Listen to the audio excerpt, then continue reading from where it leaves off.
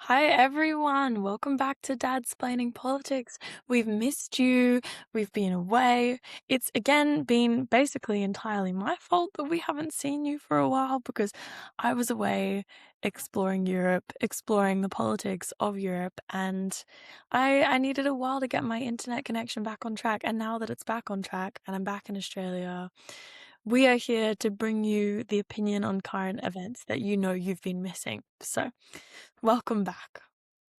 Freddie, it's great to have you back and nice to be back at Dadsplaining Politics. We've got lots to catch up on and hopefully you've missed us. Today we're going to cover a little bit about the UK. First of all, the new Prime Minister, and then talk a little bit about Count BinFace. We'll get onto that a little more. The recent invasion of refugees from Morocco into the Spanish enclave of Ceuta and the implications for Europe and how excited the far right are getting about that. And then finally, we'll come back to, as usual, Australia and talk a little bit about the change of leadership in Victoria. Yeah, definitely. So, actually, a lot to discuss. I mean, there always is in this era that we live in, I fear. But yeah, we're going to start with the new British Prime Minister, Andy Burnham. I've done a little bit of a rundown on him. I'm sure if any of you are listening from the UK, you probably have a fairly in-depth view of him and opinions on how he's done so far and so well, I think, as Prime Minister in recent weeks. But essentially, Andy Burnham came in to replace Keir Starmer. Keir Starmer lost whatever ground he had gained very quickly as Prime Minister. It felt that he was never growing in popularity. It was only getting worse consistently. And he wasn't able to grab the attention of the populace in a way that people like Nigel Farage seem to have excelled at in recent months. So we've seen a last-minute ditch effort by the Labour Party, as they've still got a couple years left of this term to get the UK back on track and to get their party back on track and hopefully, gain control of the economy and UK going into the future. So, do you want to start on that? Oh, sure. Look, I think it's really exciting because I was sort of really depressed about Keir Starmer. He was boring. He didn't seem to be able to communicate a narrative for the future of the country or a vision. Astoundingly, as a barrister, he was a terrible public speaker. He would read his notes, which is just unacceptable, right? When you're at that level of politics. He came across as very wooden, very bureaucratic. I suppose he did okay on the foreign stage. He built some good relationships internationally, and he continued to support Ukraine. So there was some talk even with his departure whether Andy would make him foreign secretary or something, but he chose not to do that.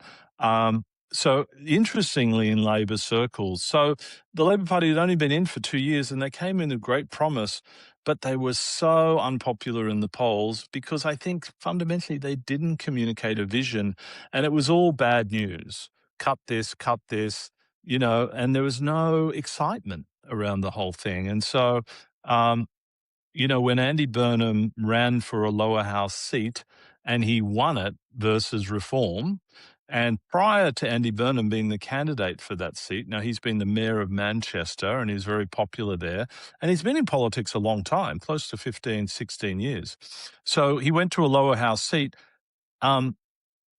Reform were favourites to win the seat. Like a few weeks before, they were 70% on favourites to win the seat, and Andy Burnham ran and he won the seat.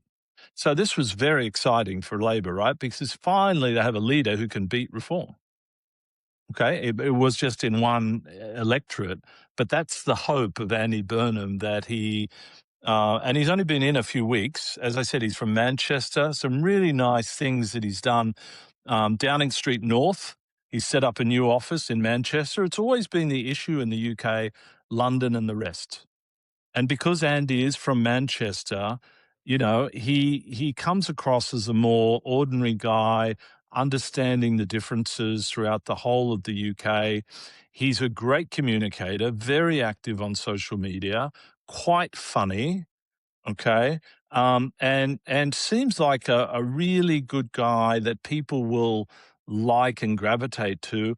And he has some really interesting visions for the country in terms of devolvement of power to local authorities rather than everything being concentrated in London. Sorry, long discussion, Freddie.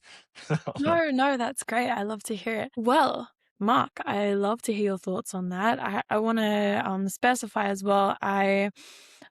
You're very, very close to the right dates, but I think that he was even in politics for much longer than that because he was in Westminster for 15 years prior to Oh, okay. being the mayor of Manchester.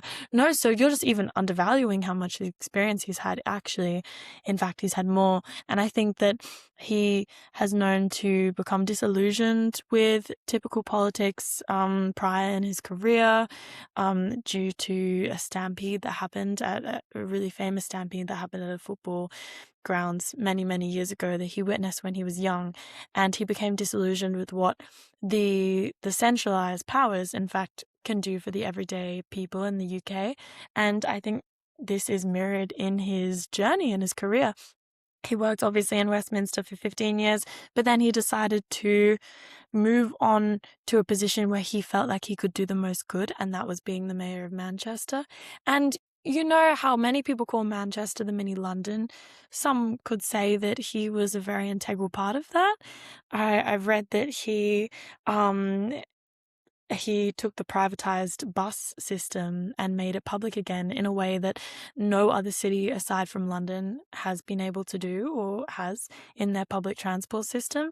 So he's putting in policies and doing work in Manchester that you would see excuse me, you see the likes of Mamdani, I would even say, in New York, this type of mayoral position where you're doing everyday good quality work and you're making real differences to the people.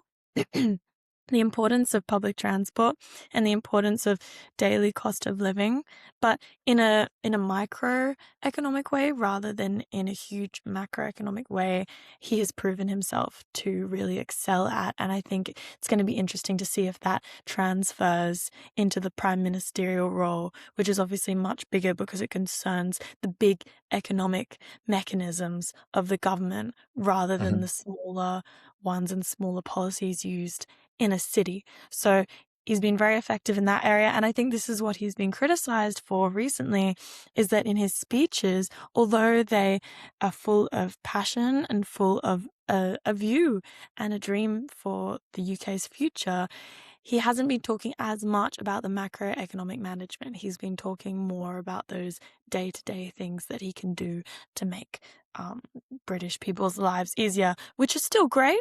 And, you know, you could argue that previous governments have bypassed that and overlooked it as important, those day-to-day objectives. But yeah, it's something that he's going to have to navigate the differences in his position and in the power that he's using.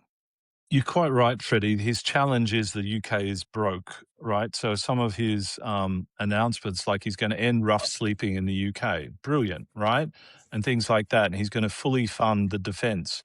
He made a good move. John Sweeney, the former defence minister, is now the Chancellor of the Exchequer. And he's a really good performer. He gets stuff done.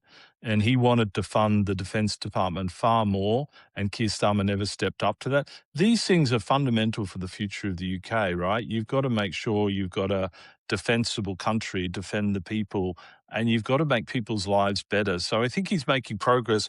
And I think John Sweeney will be really good at managing the budget and making some tough calls because they've got to make tough calls because they've got to, he wants to nationalize some of the water authorities as well because that's also been a disaster in the UK. A lot of pollution still, not very reliable and very costly. So they're taking on some big issues, but I think for them to take on the right wing, they've got to be brave and courageous. And I feel like early signs are that he will be. Definitely, I agree with that, and I also think it's interesting when we look at the political spectrum. I'm sure all of you have an understanding of the left-right political spectrum and how we view it in a very spatial way, which is a really interesting topic, actually. If any of you are interested in learning about that side of political science, how we view and interpret politics on a spatial spectrum is it's a paradox and a very strange phenomenon in itself. So look into that if you have any time. But we have been seeing that Labour left in the UK have been quite central in recent years. For quite a long time, the Labour leaders have been the successful ones, like Tony Blair, etc., have been very central, middle left leaders, so not very left leaning. Obviously there was someone like Jeremy Corbyn who was quite left leaning, but he was never successful in getting to number 10. So this is one of the first instances we've seen in a long time where a fairly left leaning, someone who even considers himself a socialist, is in the number 10 position. And it's quite new and fresh and exciting in a way that I think these central Labour leaders are not, and in a way that those leaders have been disappointing people. I think, look, it brings me back to the US and everything that was happening there. It's all well and good for the Democratic Party. Now they're very proud of Mamdani, for example, again, and everything that he's done as a socialist, very left-leaning politician as part of the Democrats. But when he first started out, the Democrats did not support this type of policy. They were pushing for this centrist left-wing policy, which wasn't supporting the truly left side of politics. And I think we're seeing the only thing that can balance out the dangerous right-wing fascism, populism that we're seeing with people like Nigel Farage, One Nation, we're seeing with Trump, is this kind of revolutionary left-wing, also a bit populist movement that we're seeing happen in a few countries. So it'll be interesting to see how he uses that side of politics to gain momentum and to really change people's ideas about what Labour can do in the country. Mhm. So yes, very hopeful times for the UK.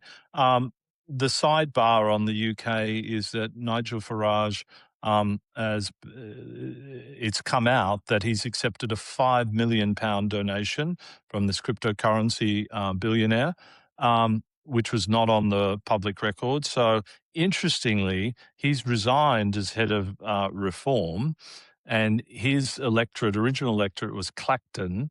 And so he said he's going to take it to the people of Clacton.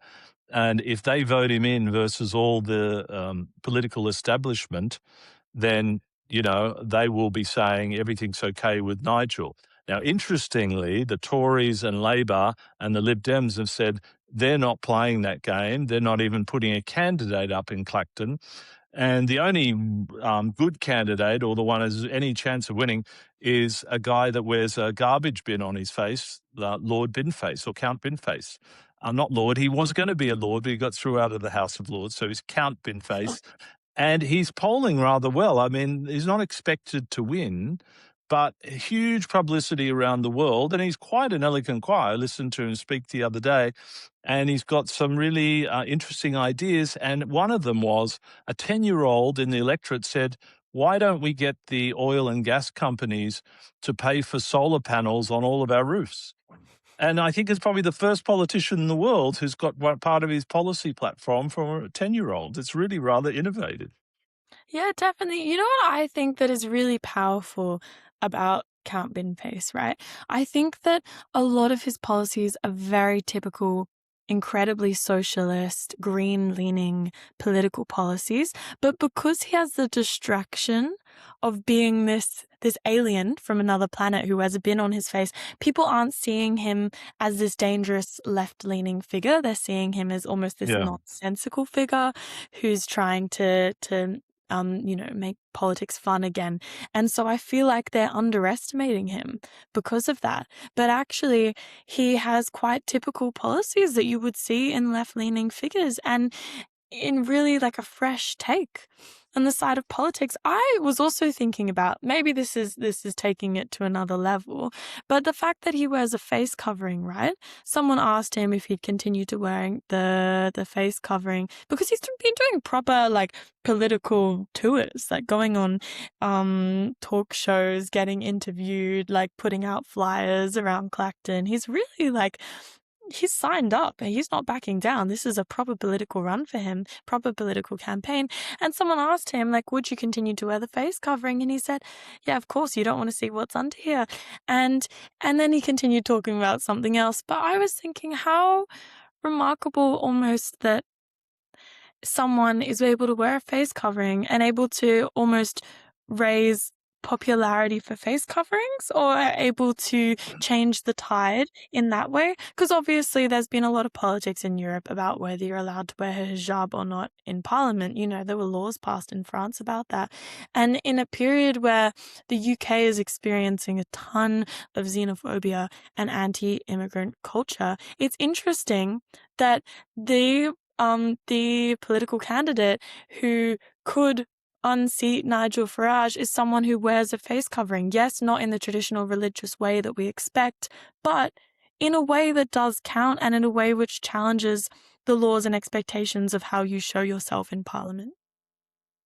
True, true. Anyway, look, I think it's adding to the thing. So no matter what, if Farage wins, it's a hollow win because all he's beaten is Count BinFace.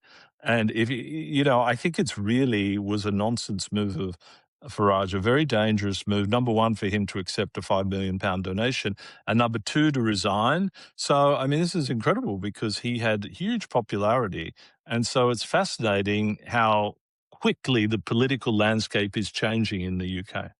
Yeah, definitely. I think it's super fascinating. I also would say as well, about him losing to Count BinFace. Wait. One more thing I wanted to say about this as well is I think that for a long time, these populist right-wing figures have been the entertaining ones, you could say, the ones with character, the ones with charisma, the ones who we're laughing at. I even think, you know, a lot of the reason why Trump was able to get so far is because we laugh at him. And I think that's what Nigel Farage has been doing as well. Some of the things he says are so insane and so xenophobic in the way he presents himself. So you almost have to laugh at him and not take him seriously. And I think that Count BinFace takes that comedic angle that everyone seems to be looking for, but turns it on its head, you know, and does it in a really effective way to almost make fun of these characters who have overtaken the political world. He's become a character himself. But, you know, this could only work in the UK, I think, because, you know, they often have the raving mad loony party and they have someone who dresses up in a fox suit as well. I mean, I've never seen this anywhere else in the world. It's really quite funny. It's part of the British eccentricity. Yeah, yeah. Well, yeah, we can respect it for that as well. But I almost wish it could happen in Australia. I would enjoy something like that. Um, Especially imagine Pauline Hanson in a race to keep her seat against someone like Count BinFace. That It's would true. Very interesting. So let's move on. Been a lot of talk about refugees in Europe the last week or so because about 40,000 refugees from Morocco swam across to this enclave, which is attached to Morocco, owned by Spain, last week. And this was a gift for right wing parties, the US, Germany, France, everyone talking Italy about it. specifically Italy, as well. and the US even said, oh, see, if you vote for the Democrats in the midterms, this is what you get in the US, right? And you won't get this under. So it's a gift to them. But the interesting thing, when you look at the details, like 95% of the refugees have returned to Morocco because there was no food and supplies and stuff. There's many questions to the Spanish about, you know, what sort of policing they had on this enclave, but it wasn't on mainland Europe. And so, as the head of the European Immigration Service said, not one of those refugees entered mainland Europe. But that doesn't matter for the right wing. They're blowing it up into the biggest threat to Europe ever. So, Yeah. Look, I think it's interesting because obviously, all of the clickbait articles were 40,000 Moroccan refugees swarm Spain, enter Spain. they know what they're doing with those articles and they know how to get attention because they know that's gonna really like hit in the right places for some people. But yeah, as soon as you click on the article, you see that this enclave is not even part of the Schengen Agreement. If these refugees were trying to get into mainland Europe or mainland Spain, they would have to still go through typical customs regulations and they would not be able to enter any of these countries. So it's really not an issue at all without the proper documentation. So it's just something that Spain is going to have to deal with in terms of they've been changing their refugee laws, and this is why this has happened, because Spain is quite a left-wing country at the moment. They're trying to make it more humanitarian, their refugee laws. So we're just going to see how they deal with that, but it's really not going to affect the countries surrounding them, and it's not going to affect the Schengen zone at all. The Schengen zone being the space within Europe that you're allowed to travel without showing documentation and without registering your entry and exit, etc. All that's true, Freddie, but the images look terrible, right? And people don't look into the detail; they just look at the images, and that's the challenge here. Because you look into the detail, it's not such a big issue. I mean, Italy has said they're suspending the Schengen zone with Spain. Also, a bit ridiculous. There's no land border between Spain and Italy, so it's simply people coming in on planes or whatever. Yeah, And it's just going to cause inconvenience because a lot of tourists travel between both countries yeah, and they're huge tourism scenarios. So there's a lot of ridiculous things happening here. But again, Maloney lost just a referendum recently, so she's worried about her popularity. And that's a gift, right, to her to be able to say she's been tough on immigration, right? definitely. And I mean, look, if I was a right-wing Italian female politician, I'd probably do the exact same thing, but I'm not. So, But Freddie, Spain has to be careful on this because even Denmark, which is quite left leaning, was concerned about this.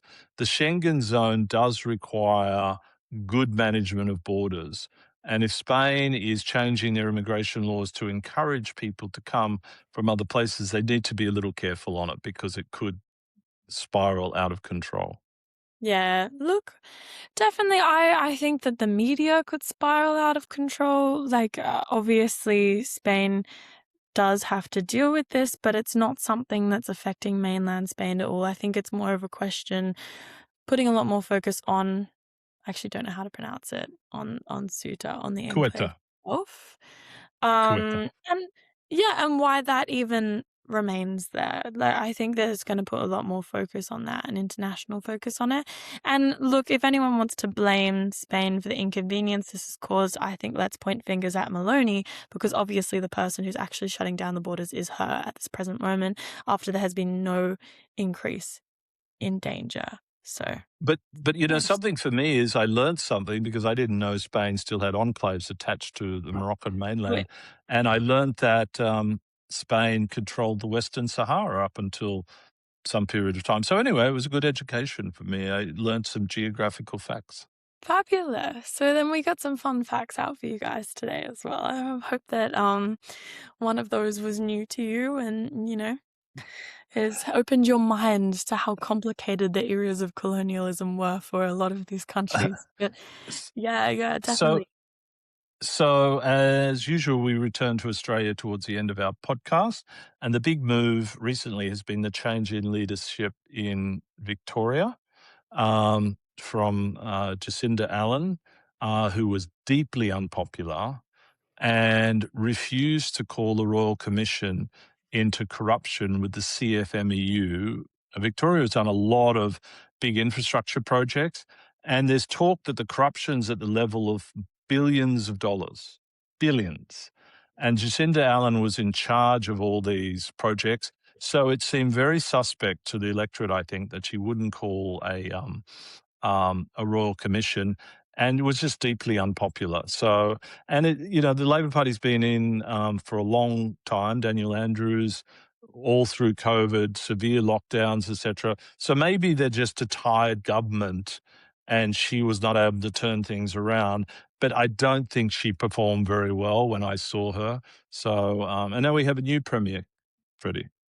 Yeah, look, I think that obviously it was a very complicated situation. Some people would disagree with you about her performance. I think there's also a very important part of it we can't not talk about, which is just the fact that she was a more left-leaning female politician who was in charge of the Victorian state at this point in time. And at this point in time, we are seeing a return to more traditional politics, and we're seeing a swing from the right wing. So it is much safer, definitely, if the polls are looking like that she's going to be ousted, for them to put in a white male premier instead, in order to save themselves in the upcoming Victorian elections towards the end of the year. So we'll see what happens with those anyway, with the new Well, leader in place. with Ben Carroll, it was predicted to be a wipeout. All the furniture would have been removed from Labor, which is astounding because they've been so dominant in that state for so long. One Nation's going to run in Victoria, not One Nation's heartland, and they haven't announced their leader and they haven't announced candidates for Victoria, and it's not so far away from this. But also the coalition, the Liberal Party leader is reasonably eloquent and she's a great communicator. And is reasonably popular, actually. She's I would say she's a more moderate liberal. So interestingly, One Nation and Liberals are on track combined to have a big majority in Victoria, even with this new leader. So again, it'll bring up the point for the coalition. Do they swap preferences with One Nation, which has federal implications, or do they have a coalition with One Nation? This is a very interesting thing, right? Because if they did it in Victoria, it brings up all sorts of questions federally and will also cause lots of trouble for Angus Taylor and the federal leadership of the coalition.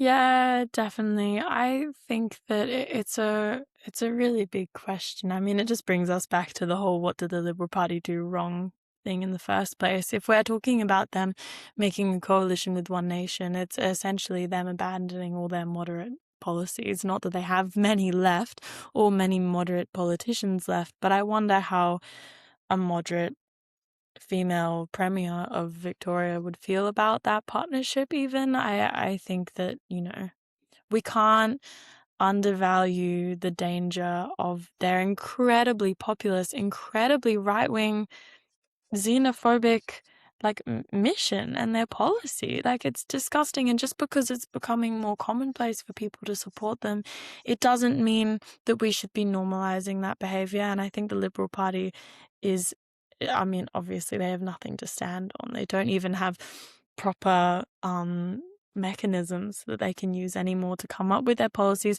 But who says One Nation does either? And I think the fact that they haven't chosen a candidate and they haven't chosen any of their policies yet for this election says something about their organization. That's Because true. it's all well and good to come up with a few messages full of hate that everyone can rally behind, because people are upset and they're angry at the moment, and it's easy to say no to something, and it's easy to push away from the main parties, but it's not so easy to continue coming back to the front and continue showing your best foot forward. And I don't know if the party really has it in them, but we'll see. We'll see what It'll be, happens with One Nation. and We'll it'll see be if they're interesting. good or if they It'll continue to show up in Australian elections.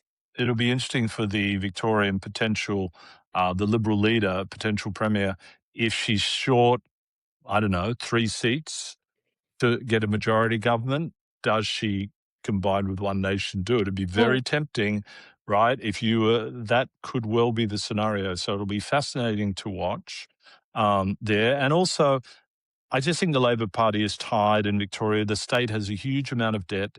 It's the worst performing of any state in the country. So the record is not great, right? Yeah. And it seems like they've built a lot of infrastructure, some good, but some this rail loop around Melbourne. There's people questioning the validity of it and how useful it is, and it's costing billions and billions and billions. So fascinating. Yeah, so there's, I mean, lots of updates to come on that, and we'll definitely come back and go into this in coming months as the polls change and as we see the differences really happen in Australian politics. Another thing that we were excited to look out for was obviously the formation of the Community Strong independent-backed political party that has been started by Allegra Spender and Sally Steggall. But although they've been doing a few promotional activities. You know, they've launched the party, they've showed up to press conferences a few times together. It hasn't felt like they've really started to gain that momentum that they need. And I think the fact that there's just two of them, it obviously doesn't scream that it's a party. It screams two independents coming together. And I don't know how much that can change their campaigning. Obviously, it changes their campaign laws. It means that there's different funding that they're allowed to access.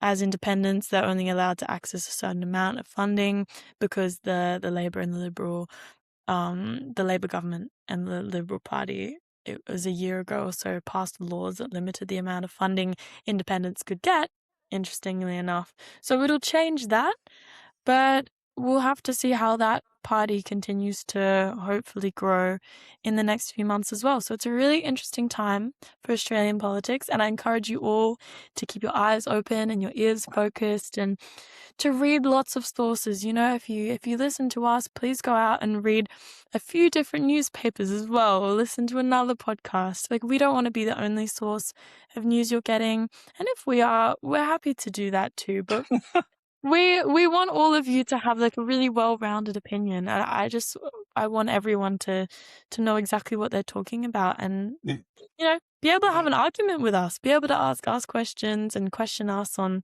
what we're saying, because we don't want this to be easy. We don't want to talk at you. We want it to be a collaboration, I would say. Absolutely. And that dog doesn't bark, as they would say. Community Strong Independence. I hate the name. It's just nonsensical. They've got to change the name, the brand, if they're going to be successful. I tell you, it just doesn't work. Well, that's Mark Phibbs's opinion. Yeah, as a marketing professional, that's my opinion. As a Um, marketing professional, so that's a good place to end, I would say. Good place to end. Great talking Um, to you, Freddie. Hope you enjoyed the episode, everyone, and we'll look forward to seeing you in a week's time. Thanks for tuning in, guys. See you soon. Bye.